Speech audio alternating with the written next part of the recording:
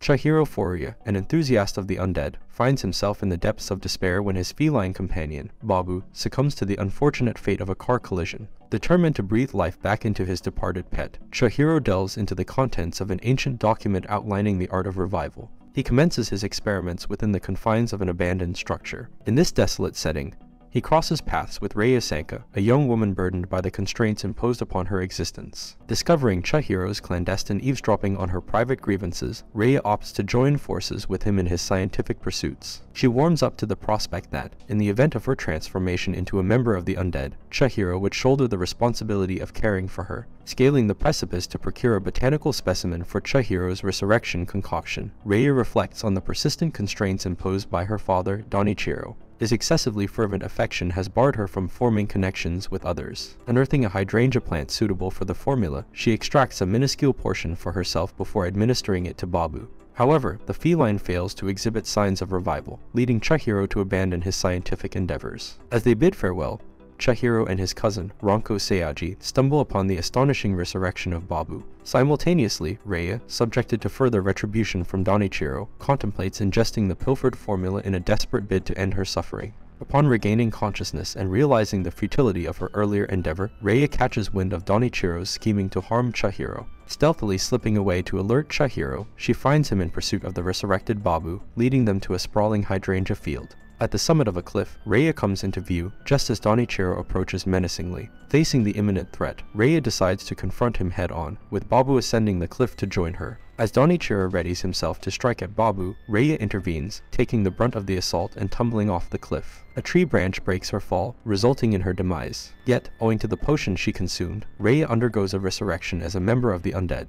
Bringing Raya to his room, Chihiro endeavors to shield her existence from prying eyes. While Chihiro steps out to extend apologies to Ranko, Raya crosses paths briefly with Chihiro's grandfather, Jigoro, who seems to display some bouts of insanity. Upon Chihiro's return, he discovers that Raya has entered a state of bewilderment, exhibiting telltale signs of rigor mortis. It dawns on him that swift action is imperative, as Raya's remains are poised to decay if he fails to intervene promptly. As Chihiro contemplates strategies to safeguard Raya's remains, he discreetly conceals her within his wardrobe while tending to the temple's upkeep.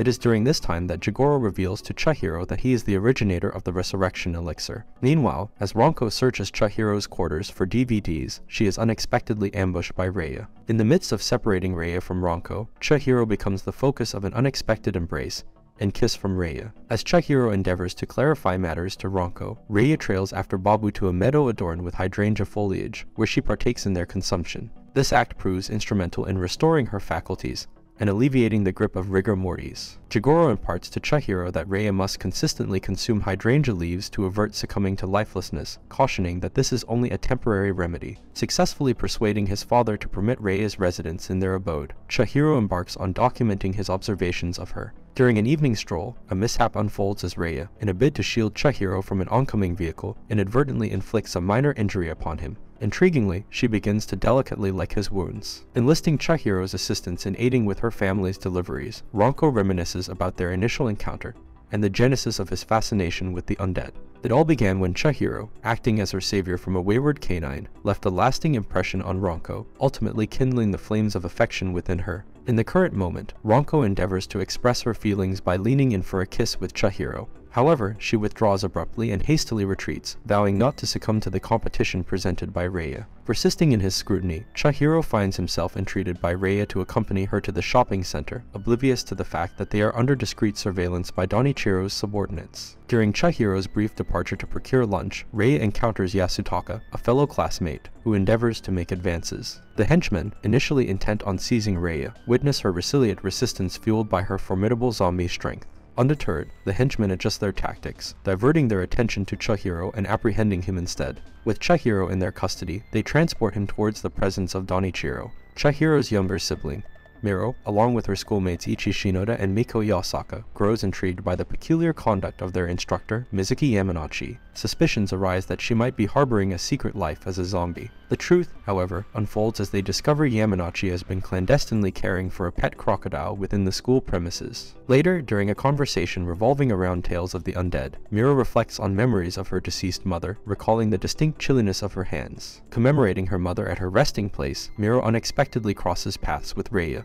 who inadvertently invokes memories of her late mother. Down to a chair, Chihiro awaits the summons from Donichiro, encountering Aria, the wife of Donichiro and stepmother to Rei. Aria recounts her journey into the Sanka household, initially joining as a maid with aspirations of winning Donichiro's affection. The course of events took an unexpected turn when Donichiro's heart became entangled with a paraplegic girl who became the mother of Rei. Although Aria managed to secure marriage with Donichiro, his focus remained steadfastly on Rei, leaving Aria in the shadows. It was only later that she uncovered the painful truth. Donichiro's sentiments toward Rei weren't rooted in paternal love but rather in her resemblance to her late mother. Meanwhile, as Rei hurries towards the mansion, Chihiro is ushered into Donichiro's presence, where a newfound determination to safeguard Rei emerges. Donichiro and Chihiro find themselves locked in a duel of fencing prowess, with Rei venturing to her home in search of Chihiro. Upon her arrival, Donichiro's maids apprehend Rei, subjecting her to a peculiar bout of maid cosplaying. Leveraging her zombie strength, Rei breaks free and persists in her quest to locate Chihiro.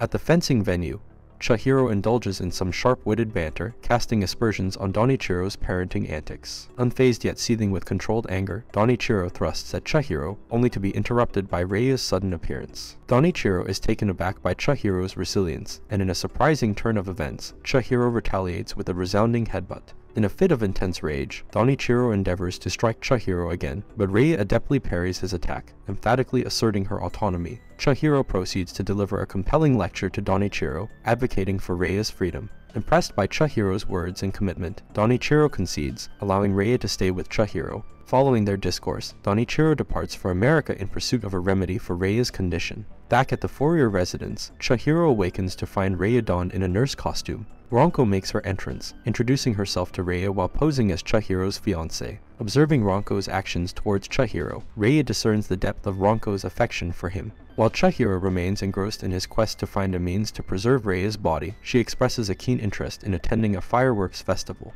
Nero informs Chihiro of Rei's desire to enroll in school. Unfortunately, a sudden downpour dashes their plans for the fireworks festival. Undeterred, Ronko proposes a scaled-down fireworks gathering at the shrine. During the preparations, as Ronko assists Rei in donning a yukata, she confides her feelings to Rei. Ronko openly declares her love for Chihiro, and proposes that Rei becomes her romantic rival. As Rei contemplates returning to school, she abruptly enters a trance-like state, leaping towards Chihiro and biting his lip in an unexpected turn of events. 7 months prior to Chihiro's initial encounter with Rei, he embarked on a journey to Tohoku alongside his father, Miro, and Ronko. Their purpose was to assist in organizing and relocating a substantial book collection belonging to Chihiro's paternal sibling. En route, they traversed a bridge that struck Chihiro with a sense of familiarity, prompting him to reflect on his scant recollections of his mother, Yuzuna. Meanwhile, Rei, freshly graduated from middle school, found herself subjected to Aria's abusive tirade as the latter expressed her inebriated frustrations. While Chihiro contributed to the tidying of the books, he stumbled upon a container housing a tome centered on resurrecting the deceased. Despite being dismissed as valueless, Chihiro's curiosity was piqued, leading him to retain the book for personal exploration. During an attempt to trail Ronko and Miro to a waterfall, Chihiro inadvertently lost his way. In the process, he stumbled upon an outdoor bath, where he briefly crossed paths with Rei before hastily retreating. Unfortunately, this encounter resulted in a minor blemish on the book. One day in the absence of Donichiro, Aria experiences a profound sense of solitude and eventually drifts into slumber while immersed in the bath. Meanwhile, Chihiro and his family stumble upon a peculiar girl lying near their temple, displaying a noticeable reluctance to engage in conversation with anyone. During the dinner hour, when Rei endeavors to locate her, she is unexpectedly shoved down a flight of stairs. The following day unveils a peculiar sight. All the nearby hydrangea leaves have been mercilessly torn apart. Later that night, Rei observes the mysterious girl making advances toward Chihiro. As Rei harbors suspicions about the girl's involvement in the peculiar incidents, the girl resorts to self-inflicted harm, cleverly placing blame on Rei. Collaborating with Chihiro and supporting Rei's suspicions, the girl discloses her true identity as Aria, unleashing a hailstorm in all directions. To Aria, the entire sequence unfolds as a dream, as she had fallen asleep in the bath. Simultaneously, Rei, astonished to discover Chihiro sharing the same dream, perceives the events as a hallucination. And this is all for this video. Make sure to subscribe if you enjoyed it, and I will see you in the next one.